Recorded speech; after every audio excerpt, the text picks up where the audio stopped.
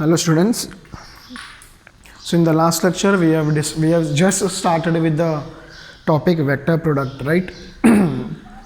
So what is a vector product? अगर दो vectors को अपन मल्टीप्लाई करेंगे तो वो दोनों वेक्टर्स का जो रिजल्टेंट आएगा that is also vector quantity, right?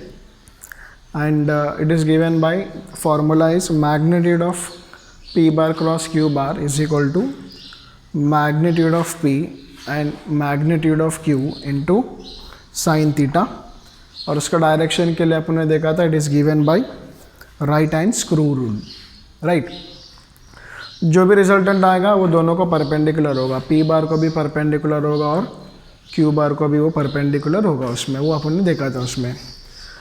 But in this case we have seen that कि p bar cross q bar is not same as q bar cross p bar, दोनों same नहीं है, right? सो अगर इसके अपन properties के बारे में अगर डिस्कस करेंगे, properties of what vector product, और it is also called as cross product. Why it is called as cross product? Because we are using the symbol what cross. Okay, cross symbol अपन use कर रहे हैं उसमें, इसके लिए, right? तो first point is that is formula अपने को पता है, P bar cross Q bar का जो मैग्नीट्यूड है that is given by P into Q into what sine theta, right? P into Q into sine theta, right ना? And then after second is it does not obey commutative law of multiplication, right? It does not obey commutative law of multiplication. Commutative law of multiplication. So we already know that what is commutative law is. That is, we cannot interchange. So in this case, p bar cross q bar is not same as q bar cross p bar, right? Interchange करने से magnitude तो same रहेगा but direction क्या होगा, exactly opposite होगा, जो अपने last lecture में देखा था उसके बारे में, राइट? एग्जैक्टली अपोजिट है. So we can see that p bar cross q bar is equal to minus q cross p, but दोनों का मैग्नीट्यूड तो सेम है. Magnitude of p bar cross q bar is same as magnitude of q bar cross p bar, right? That is important. So next is associative law. Point number 3, associative law or not distributive law. We'll see. Associative law is applicable for addition of vectors, and okay, distributive law. What is distributive law? It obeys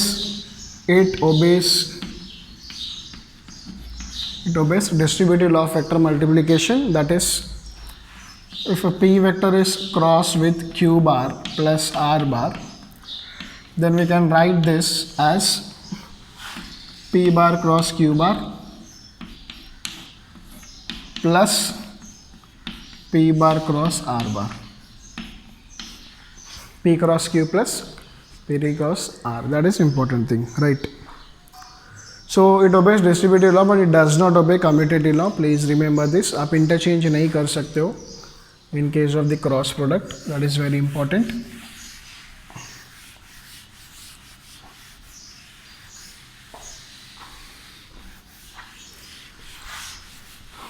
Okay, then after that we'll see the point number 4. Point number 4 यहाँ से start करता हूँ मैं. p bar cross q bar का जो magnitude होता है ना, that is p into Q into sine theta, बराबर.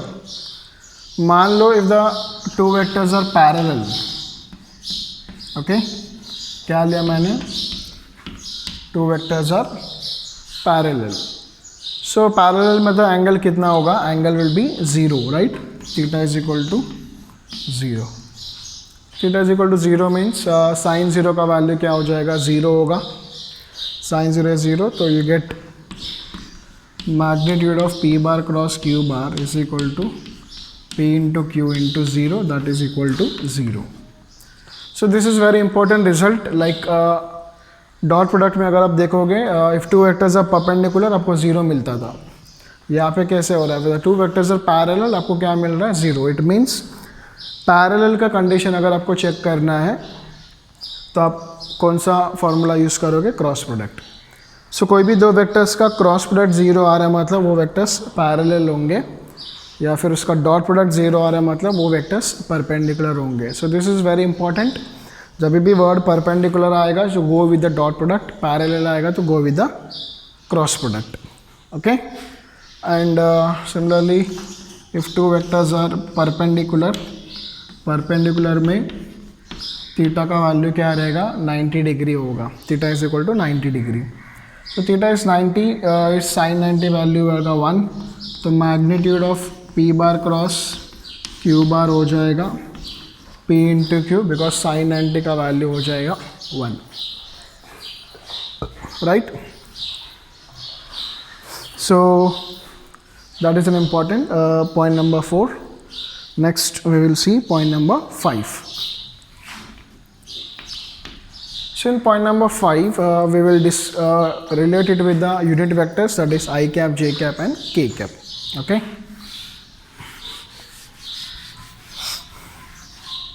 और if two vectors are parallel तो क्या होगा, that is if p bar is equal to q bar. अगर दोनों वेक्टर्स सेम है तो क्या होगा, so P cross Q bar का magnitude is P into Q into sine theta, that is P cross P is equal to P into Q हो जाएगा P into sine theta. दोनों वेक्टर्स पैरेलल है ना, P और P दोनों same ही है, इसके मतलब उसके बीच में एंगल कितना होगा, 0. What is sine 0, it is 0, right.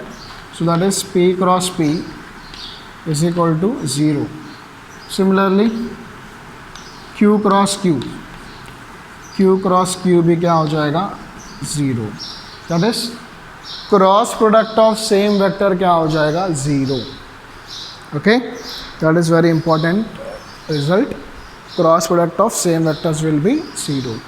So the same logic मैं ऐसे लिख सकता हूँ अभी point number 6, that is I cap cross I cap is equal to 0. j cap cross j cap is equal to 0. k cap cross k cap is equal to 0. yes or no?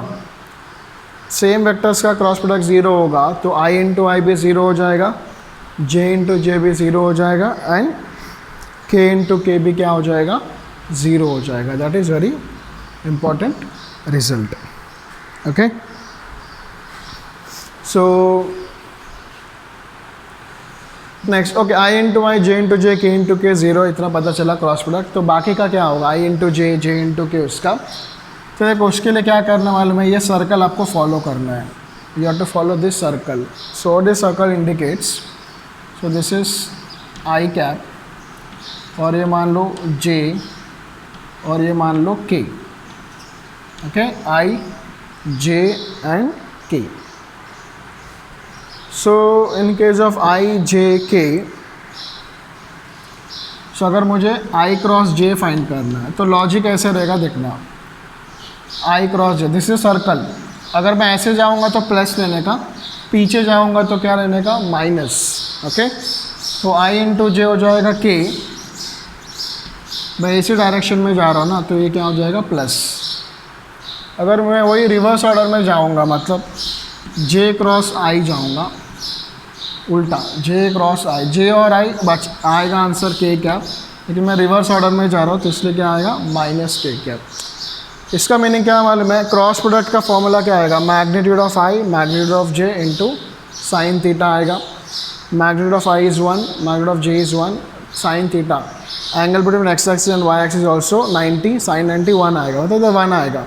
But direction क्या होगा, ये x axis है और Y axis है, तो resultant क्या आएगा, resultant will ये उस डायरेक्शन में होगा which is perpendicular to both X axis and Y axis.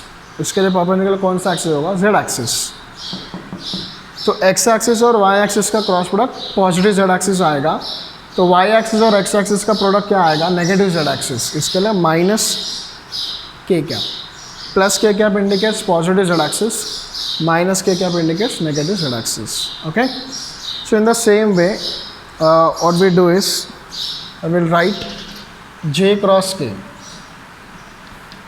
so you will get positive I cap, k cross j will be minus I cap. Okay, so that is what is reverse order. So in this way we can write, we can find the I cross I, j cross j and k cross k, right now. Okay, so next, these are the 6 points.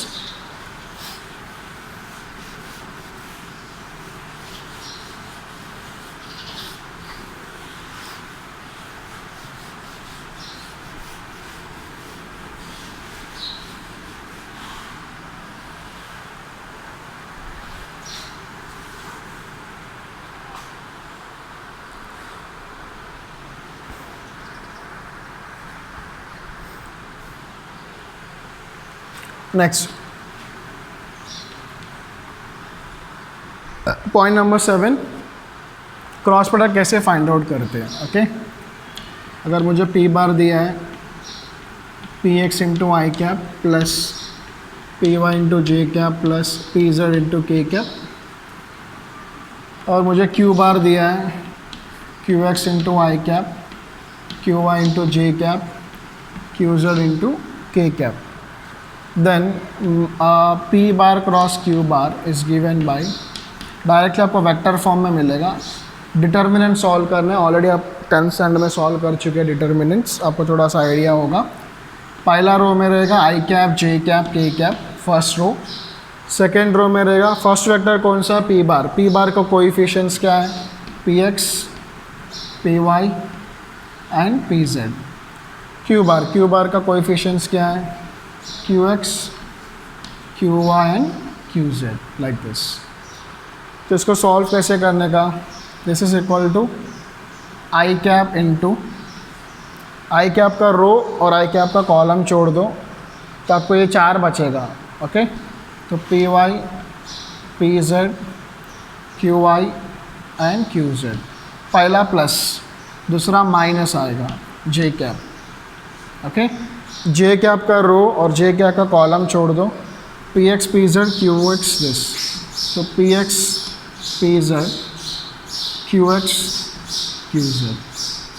Okay, plus minus next plus K cap, K cap का row और column छोड़ दो, के cap का row और column, P X P Y Q X Q Y, P X P Y Q X Q Y, right. फिर इसको आप कैसे सॉल्व करोगे, I cap into this, that is P Y into Q Z minus this into this, Q Y into P Z, like this. अतः इसका भी इसके जगह पे आपको नंबर्स मिलेंगे, मैं तो जनरल फार्मूला आप लोगों को एक्सप्लेन कर रहा हूँ मैं। Minus J cap this into this, P X into Q Z minus Q X into P Z, plus K cap this into this, P X into Q Y minus Q X into P Y. ठीक है, so last में आपको answer मिलेगा in terms of I cap, J cap and K cap, that is you will get a vector quantity. So right, so ये देखने के बाद आपको लगेगा डॉट प्रोडक्ट ही बहुत सिंपल था, आई into I, J into J, K into के करना है, इसमें बहुत बड़ा फॉर्मूला है, right. So dot product is very simple as compare to your cross product. So this is your point number 7 and point number 8 some examples. Examples में बहुत सारे हैं, तो you can write cross product का example torque, okay, torque vector is equal, torque is force into perpendicular distance, force into perpendicular distance. Symbolic form में ऐसा आएगा, torque vector is equal to R vector cross F vector, like this, torque. Another is angular momentum, angular momentum is equal to R vector cross linear momentum. This is symbol for angular momentum, this is a radius distance radius vector और it is a linear momentum. तो actually formulas है, आपको directly ये सब दिया रहेगा, just आपको उसमें सब्स्टिट्यूट करना है values, okay. So these are what some examples of cross product, right? So this is very important, right? Cross product कैसे निकालना है, just substitute in this determinant और उसको आप लोग इसे सॉल्व करना है इसमें।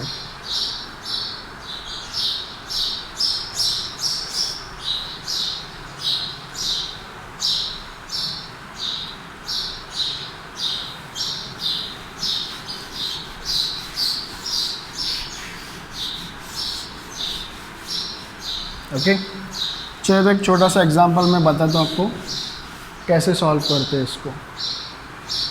मान लो आपको दिया है 1 i cap, 2 j cap, 3 k cap, Q bar दिया है 2 i cap, 3 j cap, 4 k cap. Okay, तो p क्रॉस q कैसे निकालना है देखना। डिटर्मिनेंट, पहला रो आएगा i j k, दूसरा रो आएगा p बार का कोएफिशिएंट्स दैट इज 1 2 3, नेक्स्ट आएगा q का कोएफिशिएंट्स दैट इज 2 3 4। जो नहीं दिया है उसका वैल्यू 0 लेने का उसमें, so that is equal to i cap into ये रो और ये कॉलम छोड़ दो तो ये 4 बचेगा, 2 3 3 4 minus j cap into 1 3 2 4 plus k cap into 1 2 2 3।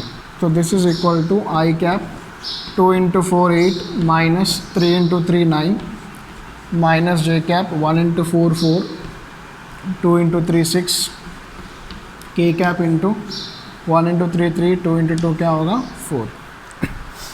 8 minus 1 minus 1 तो minus i cap, 4 minus 6 minus 2 minus minus plus 2 j cap, 3 minus 4 minus 1 minus k cap, that is one answer. तो resulted आपको जो मिला that is also vector quantity. This is how we will solve the cross product, right? So today we will stop here. In the next lecture we will discuss more numericals based on the properties of cross product. अच्छे से properties learn करो तो आपको समझ में आ जाएगा, right? Thank you.